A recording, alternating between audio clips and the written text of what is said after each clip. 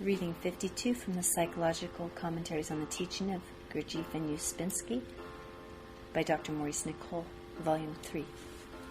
Great Animal House, November 11th, 1946.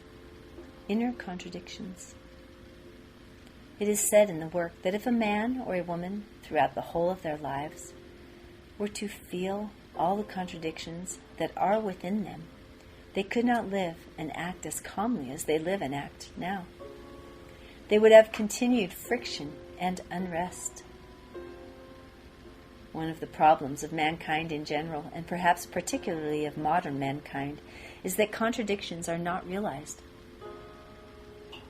As a result, human psychology remains at a low state of development, and since the development of mankind as a whole depends entirely on the development of each individual, it does not seem likely that any genuine development is possible, for the present at any rate.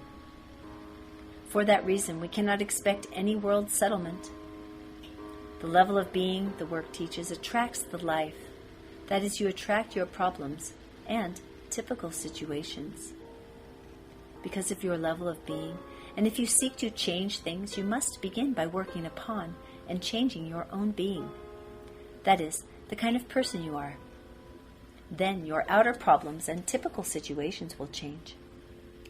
When you notice this is the case, you can be sure that some changes in being have taken place. Change of being, however, is difficult and needs hard work and patience, and since it can be said that mankind, again, perhaps especially today, does not work on being, or even disregards it, the same form of life will be attracted, or even a worse form, and all attempts to ameliorate human existence based on external changes will necessarily fail, since mankind remains the same. But a single individual can change his being. Therefore, let us speak again about change of being only from the angle of contradictions. A man's being, a woman's being, cannot change beyond a certain point unless contradictions are seen. To change your being, you have to begin to realize contradictions in yourself by direct, uncritical self-observation. Or to put it the other way round, when you begin to see contradictions, your being is altering, perhaps owing to another line of work. The work shows us that our present level of being is kept where it is by very powerful factors. I mention tonight only pictures and buffers. Pictures of ourselves prevent us from seeing what we are like. To take one common enough sort of picture, you have, let us say, a picture of yourself being kind, just, self-sacrificing, and full of goodwill. You live, or rather float, in this rainbow picture, in this illusion. You do not realize that you are often cruel, selfish, unjust, and sometimes full of evil will. That is, you do not see contradictions in your being. Now, in such cases, you do not see your evil, but project it onto others. That is what you do not see in yourself. You see reflected in the other person.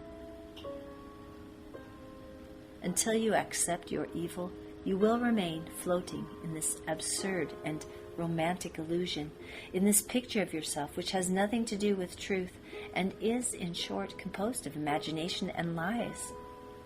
In this state, a man's being is prevented from development by this contradictory situation in him. Now, only truth can lead us into the light, and only the light coming from realized, accepted truth can cure us. Lies only make us more distorted in our being, more disharmonious, and internally more ugly. Certainly we should, after some years' work on being, practically cease to have any active pictures of ourselves. I say we should. If so, it means a corresponding development of being.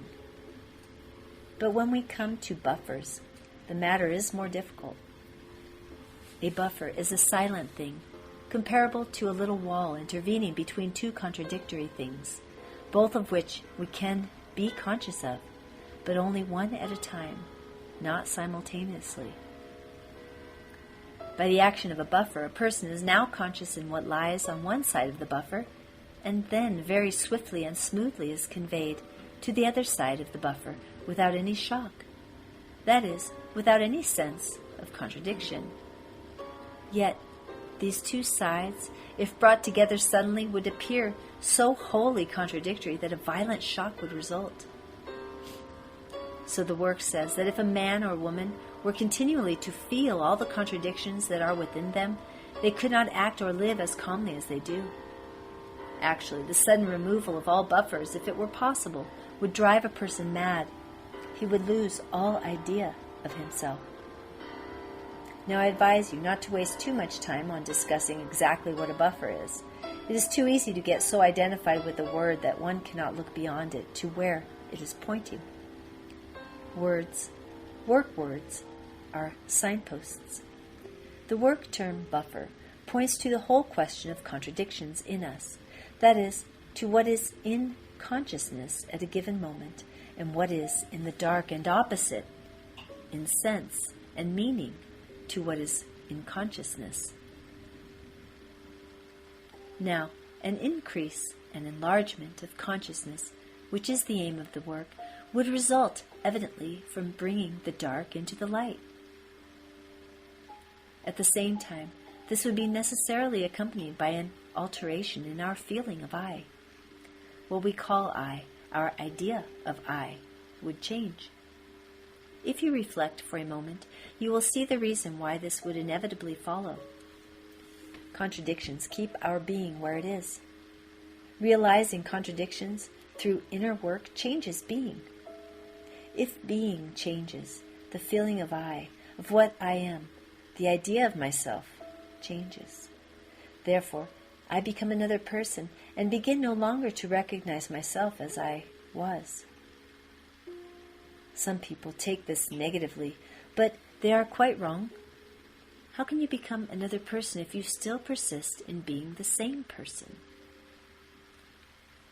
Now it is said that whenever a buffer is seen, it can never reform. That is, when a contradiction due to a buffer disappears and both sides are accepted simultaneously, a real change of being takes place. Instead of being conscious on one side and then on the other, which is a duality, two sides come together and form a unity. But in that case, neither one side nor the other remains the same. A third thing is made which is not yes or no, but yes and no. This is one of the first steps towards unity of being, because our being at present is, as it were, a duality divided into an accepted side and an unaccepted side, into a light and dark side. Or rather, I would say, into a side which for the moment is in consciousness, the other side being in darkness, and then into an opposite side in which the side that was in darkness now comes into consciousness, and the side that was in consciousness now comes into darkness. Mr. Ouspensky once represented this on the board in the following way. He took a center as a circle and superimposed upon it another circle, in which a section was cut out as follows. This superimposed circle is turning all the time, and the part of center, or the eyes in this particular part of the center, become conscious only where the action lies. As a result, all the rest is in darkness, and therefore we go with those eyes which the section exposes at a given moment. Our task is, as it were, to remove this superimposed circle, so that all eyes can enter into consciousness at the same time if called upon. Mr. Ouspensky said, in ordinary life we are only conscious in a very small part of ourselves. Real consciousness is being aware of everything together. And, quoting Mr. Gurdjieff, he said, quote, "Real consciousness is a state in which a man knows all at once everything that he in general knows, and only in this state can he see how little he knows and how so many contradictions lie in what he knows."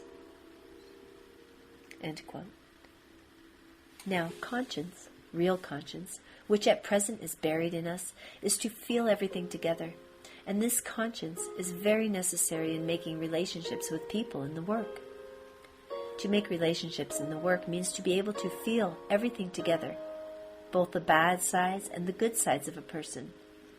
Real consciousness is to know everything together. Enough has been said in this short paper to give rise to discussion. Now please let nobody start off by saying, what exactly is a buffer?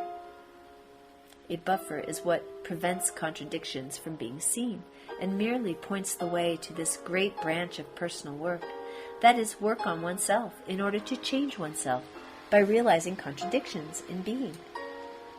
Remember that this work is to change you, and unless you see that you should change and wish to know how to change, it is useless to attempt to connect yourself with this work. Let no one who is content with himself or herself ever try to enter into this work. Such people are already dead. This work is for those who wish to awaken from the dead.